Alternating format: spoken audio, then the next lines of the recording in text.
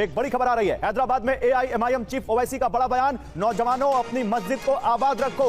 हर camp अपने अपने हिसाब से इस वक्त बयानबाजी करता हुआ ओवैसी ने कहा कहीं ऐसा ना हो हमारी मस्जिदें छिन जाएं। एआईएमआईएम चीफ असदुद्दीन ओवैसी क्या कह रहे हैं, सुनाते हैं आपको। नौजवानों मस्जिदों को आबाद रखो। नौजवानों तुमसे मैं कह रहा हूं, हमारी मस्जिद हमने खोदी और वहां पर क्या किया जा रहा है आप देख रहे हैं। नौजवानों क्या तुम्हारे दिलों में हमारे दिलों में तकलीफ नहीं होती कि जिस जगह पर हमने 500 साल हय्या अलल सलाह और हय्या अलल फलाह की सदाएं दी, जहां पर हमने बैठकर कुरान करीम का जिक्र किया, जहां पर हमने बैठकर सलातो सलाम के नज़ारे पेश किए, आज वो जगह हमारे हाथ में नहीं है। नौजवानों क्या तुमको नहीं दिख रहा कि अभी ऐसे 3-4 मसाजिद हैं जिसमें दिल्ली की सुनेरी वाली मस्जिद भी है। मेरे अजीज दोस्तों याद रखो नौजवानों, ये जो ताकतें हैं ना तुम्हारे दिल से जब इत्तेहाद को निकालना चाहते हैं, क्यों निकालना चाहते हैं? मिली गीरत को खत्म कर दिया जाए, मिली हमियत को खत्म कर दिया जाए। और देखिए अभी अभी इंद्रेश जी कह रहे थे कि उन्होंने ओवैसी के घर के सामने से बने मंच पर लाखों की भीड़ को गणपति बप्पा मोरिया का नारा लगवाया और कहा कि वो सबके लिए हैं। और इसी बीच ओवैसी का ये बयान आता है जहां वो कहते हैं कि नौजवानों अपनी मस्जिद संभालो। और इस सब के बीच सवाल एक नई बहस का कि मोदी बनेंगे क्या भाईजान और मुस्लिम क्या कहेंगे जय श्री राम। एक बड़ा पैनल इस वक्त मेरे साथ जुड़ चुका है बात करने के लिए। देखिए मेरे साथ यास्मीन फारूकी हैं, all India Muslim personal law board की मेंबर हैं। मेरे साथ संजय कुमार हैं, आप चुनाव विश्लेषक हैं। ताहिरा हसन हैं, सामाजिक कार्यकर्ता हैं। अंबर जैदी हैं, सोशल एक्टिविस्ट। और जेबा यास्मीन है, सोशल एक्टिविस्ट। इस वक्त हमारे साथ आप सभी का स्वागत है। लेकिन यास्मीन फारूकी, सबसे पहला सवाल आपसे। अभी अभी इंद्रेश कुमार कह गए कि जय श्री राम कहने से मुस्लिमों की आइडेंटिटी को कोई खतरा नहीं होता। क्या रिएक्शन है आपका, मानती हैं आप इस बात को? थोड़ा सा आपको सही कर दूं, मुस्लिम पर्सनल बोर्ड मेंबर हूं लेकिन प्रवक्ता नहीं हूं। मैं एसडीपीआई की नेशनल जनरल सेक्रेटरी हूं।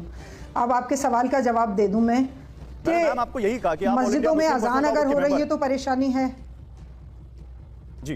प्रवक्ता नहीं हूँ इसलिए उसके बिहाफ पे कुछ नहीं बोलती हूँ। मैं एसडीपीआई की नेशनल जनरल सेक्रेटरी हूँ। देखिए अजान होती है तो परेशानी है, लाउड स्पीकर से परेशानी है, अगर सड़क पे नमाज हो रही है तो परेशानी है, अगर नॉर्मली खाना बिक रहा है तो परेशानी है। मतलब परेशानी हर मुसलमान से है। पर मुसलमान को कोई टिकट नहीं दिया जाएगा, उससे भी परेशानी है। मुसलमान की आवाज़ नहीं सुनी जाएगी, उससे भी परेशानी है। मैं अगर वो ये कहते हैं कि श्री राम कहने में परेशानी नहीं है किसी को, तो जिनको नहीं होगी नहीं होगी, और नहीं है तो नहीं होगी, मुझे उससे कोई मसला नहीं है। लेकिन मसाइल जो उनके साथ हैं पहले उसको तो साफ़ कर दें वो। अच्छा, एक बात भाईजान की बड़ी अच्छी लगी जो अभी आपने कही, और अभी आप कह रहे थे हमारे मोदी भाईजान बहुत महिलाओं के बहुत हिम्मत देने वाले हैं, बहुत हिफाजत करने वाले हैं।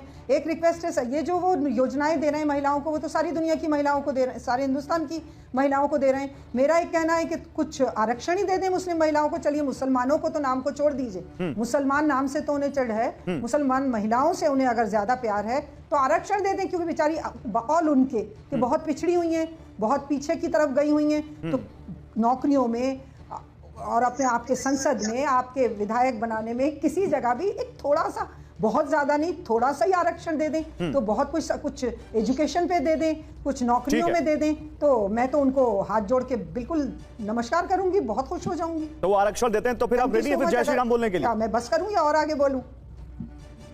नहीं, मैं बोल नहीं सकती, क्योंकि जय श्री राम नॉर्मली क्या बोला जा, मतलब पर्टिकुलरली क्या छेड़ लगाना अगर है तो अलग बात है, छेड़िए। ऐसे तो जय श्री राम या जगह हम नेहरू जी की जय या रोज के मोदी जी की जय जयकार होती है तो उससे क्या फर्क पड़ जाता है? मेरे लिए नॉर्मल बात है। क्या मोदी जी की जय नहीं बोली जाती? अंबर जैदी जवाब दीजिए यहाँ पर, जो यहाँ पर यास्मीन फारूकी कह रही हैं कि मुस्लिमों से चिढ़ है उनको और इतना ही मुस्लिम औरतों के लिए वो ज्यादा यहाँ पर फिक्रमंद है, तो दे दें मुस्लिम औरतों को अलग से आरक्षण। देखिए गौरव, इसका सिंपल सा जवाब है। अगर हम महिलाओं के आरक्षण की बात करते हैं तो अभी 33% जो रिजर्वेशन के लिए महिलाओं के लिए बिल पास हुआ था, कानून, अब वो 2025 से वो इम्प्लीमेंटेशन भी हो जाएगा उसका।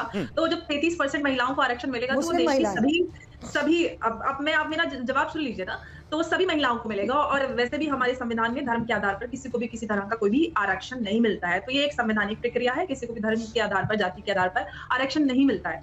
और अगर आप बात करते हैं मुस्लिम महिलाओं की, तो मुस्लिम महिलाओं को उन संगठनों से अपील की जानी चाहिए, हम लोगों की तरफ से जो मुस्लिम समाज की महिलाएं हैं और मुस्लिम समाज के मुद्दों पर बात करते हैं, हम उन संगठनों से अपील करें जो मुस्लिम महिलाओं पर आए दिन फतवेबाजी करके पाबंदियां लगाते हैं, कभी हिजाब बुर्के के नाम पर, कभी कोई ना कोई फतवा के आप बहाना भेजें। बच्चों को स्कूल भेजना जरूरी, जब वो पढ़े लिखेंगी, अच्छा करेंगी जिंदगी में, पढ़ लिख कर आगे बढ़ेंगी तो खुद ना खुद वो जो डिजर्व करती है उनको मिल जाएगा। सरकारें अपना काम कर रही हैं और जो भी बच्चियां अलग अलग फील्ड में कर रही हैं तो उनके माँ बाप उनको आगे बढ़ा रहे हैं, उनके बच्चे अच्छा प्रदर्शन कर रहे हैं। तो पहले परिवार और जो समाज के लोग उन पे बंदिशें लगाते हैं, पहले उन बंदिशों से तो आजाद किया जाए। सब ओवैसी जी भी संसद में हिजाब पहनाकर महिला को पहुंचाना चाहते हैं, लेकिन अपनी ही पार्टी में कोई कुछ देना नहीं चाहता। हम अपने घर से तो कुछ शुरुआत कर नहीं रहे, हम दूसरों से अपील कर रहे हैं कि भाई आप दे दीजिए, पहले हम खुद तो दे दें अपनी बच्चियों को कुछ। और एक बात ये है कि मुस्लिम, अगर हम समाज की बात नहीं, लेकिन अभी तो अमर बात हो रही है मुस्लिमों के प्रति बीजेपी का जो काम है या मोदी सरकार का काम है उस पर। मैं आता हूं आपके पास, एक मिनट रुकिए, जरा ज़ेबा यास्मीन को भी लेकर आता हूं। ज़ेबा यास्मीन, आपका क्या मानना है? आप भी मानती हैं कि यहां पर मोदी ने भाईजान बनकर मुस्लिम औरतों के वेलफेयर के लिए काम किया है और 2024 में बीजेपी को उसका फायदा मिलेगा? मुस्लिम औरतें बीजेपी को या पीएम मोदी को वोट देंगी?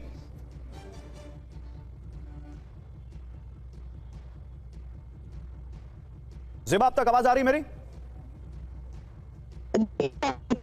मैं कह रही हूँ जो भी सरकारें रहती है उसमें जो आती है महिलाओं के लिए हो, आवाज का हो, सभी के लिए होती है, सभी लोग का